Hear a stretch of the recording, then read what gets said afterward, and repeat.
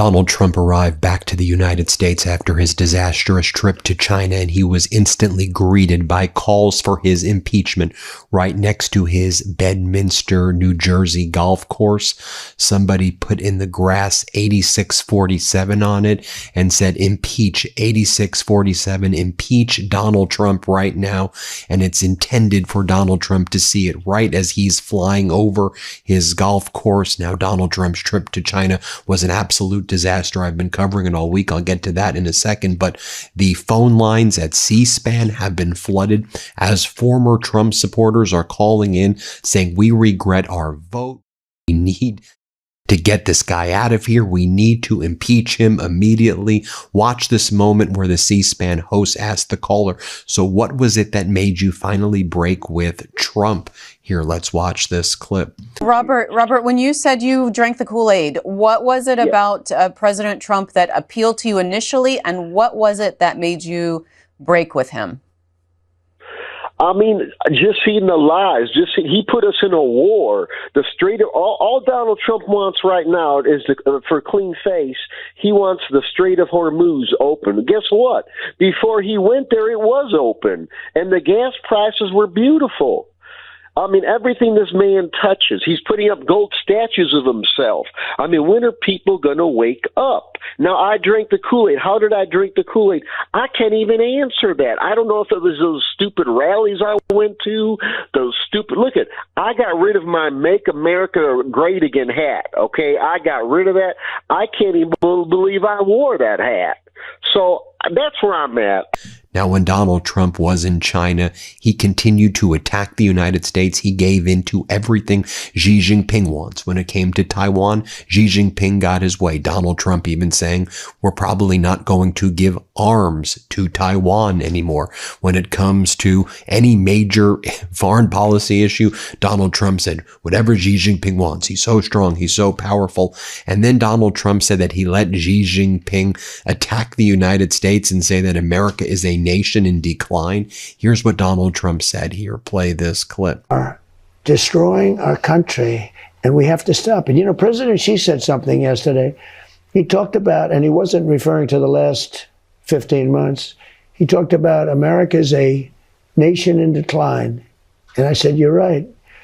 But he wasn't talking about, because he said, what you've done in 14, 15 months is a miracle.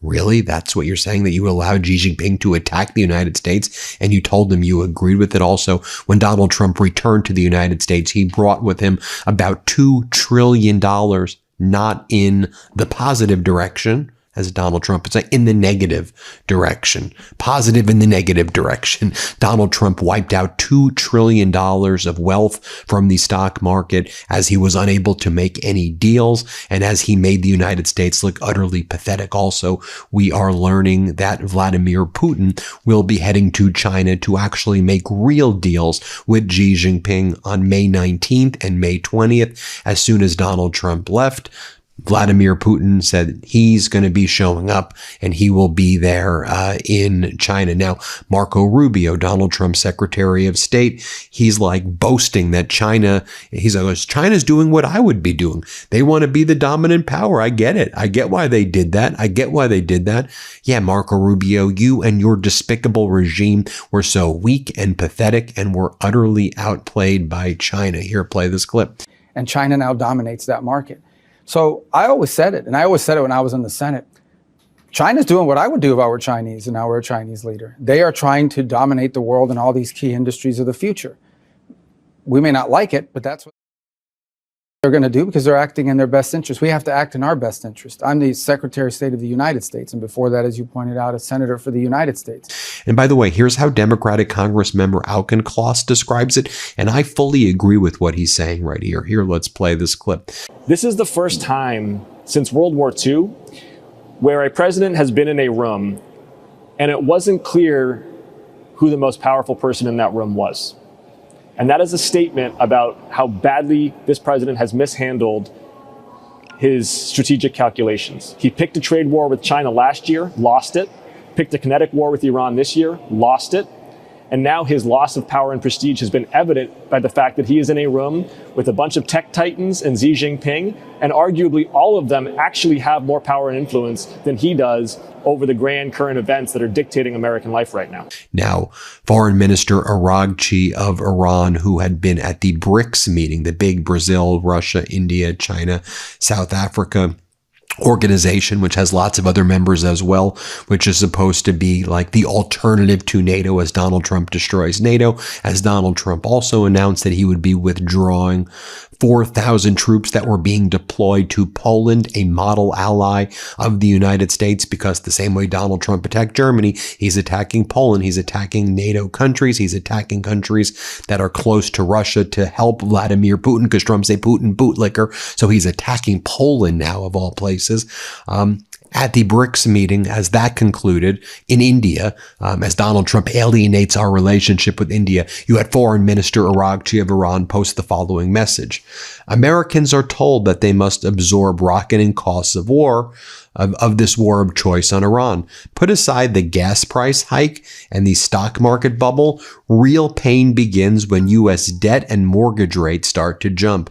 Auto loan delinquencies are already at 30-year highs. This was all avoidable. You look at the 10-year Treasury yield at 4.55%. That's the highest in, 15, 16, 17 years. The 30-year yield, it's about 5%. 30 yields over 5%. And the 2-year yield is at 4%. That is not looking good. So what's Donald Trump doing? What's his regime doing? Well, according to the New York Times, citing 2 Middle Eastern officials, the U.S. and Israel are preparing to possibly resume combat operations against Iran, possibly under a new name as early as next week. Per the New York Times report, options for targeting include what one official called more aggressive strikes against both military and infrastructure targets. Additionally, another option on the table is to use special forces to go in and extract highly enriched uranium from inside Iran. However, per the report, this would need thousands of supporting troops and numerous other support elements to succeed, and the risks of such an operation are extremely high. But Donald Trump is an incredibly reckless and desperate and pathetic human being, and he has found himself in an escalatory trap. So we will see what happens there. Merchant vessel traffic in the area of the Strait of Hormuz continues to be largely absent over the last 24 hours. Less than 5 vessels were visible transiting inbound or outbound, and all were using the Iranian traffic separation scheme. Now I'll show you what Iranian Foreign Minister Araghchi had to say after the BRICS meeting about how we can't trust the Americans at all. Play this clip. So the most important issue right now is the question of trust. We cannot trust Americans at all. So everything should be exact. Everything should be defined very clearly before we can conclude a deal. And it is obvious that those things they have not been able to achieve militarily, they cannot achieve on negotiation table unless there is a win-win solution achieved. So the current negotiation is suffering from the lack of trust. Or another problem is as I said, contradictory messages, which has made us reluctant about the real intentions of Americans in these negotiations.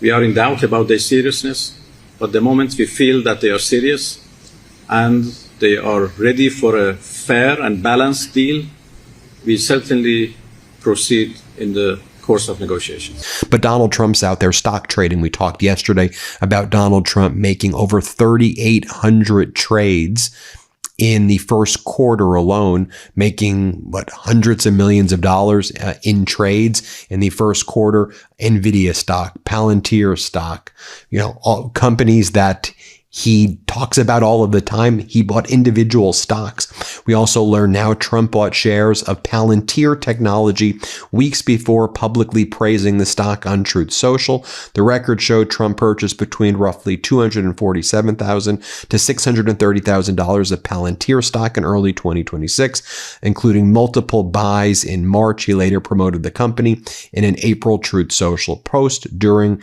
a sharp sell-off of the tech stocks. Also, we saw a massive amount of buying activity right around the war. But Energy Secretary Chris Wright from the Trump regime says, just wait, maybe the end of the summer we'll open up the Strait of Hormuz. We'll see. Here, play this clip. Of course, demand is growing too.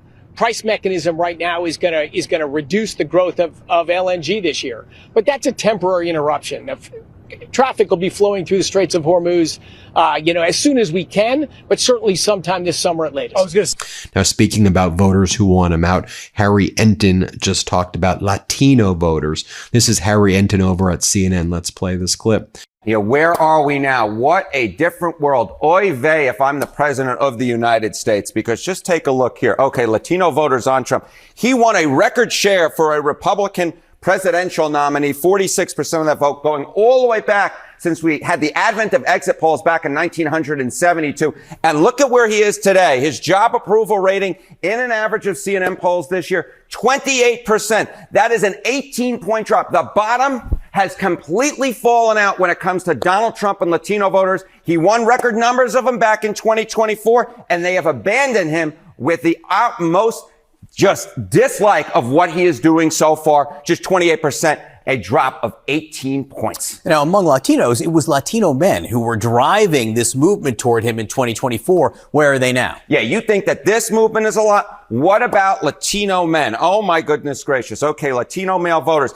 In the 2024 election versus Kamala Harris, look at this. Trump won him by 10 points. Look at the net approval rating now, minus 41 points. That is a movement of 51 points, a shift away from the president of the United States. Latino male voters supercharged that record performance that Donald Trump had with Latino voters. And they, like Latino women, Latinas, are moving against the president of the United States, minus 41 points. Again, the bottom has just completely fallen out. And of course, when you look across that political map, there are so many races that will be involving a lot of Latino voters. And when you see numbers like this, I just go, uh-oh, if I am a Republican running for Congress. Then you had MAGA Republican Congress member Hardopoulos. He was on C-SPAN, and here's what went down. Play this clip.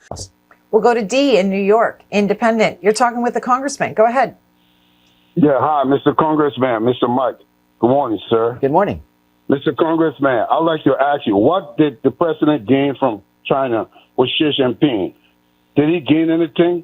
And secondly, when the president came into office, he said he was going to make things lower for the American people. The economy was going to be, gas prices were not going to be above $3. I'm paying more than $5 for a gallon right now. And thirdly, Mr. Congressman, when the president came into office, Americans were respected around the world. I just came from Europe. In Europe, we are disrespected. A guy spat in my face in Luxembourg because of our actions around the world. America is no longer respected. And let me ask you a third question.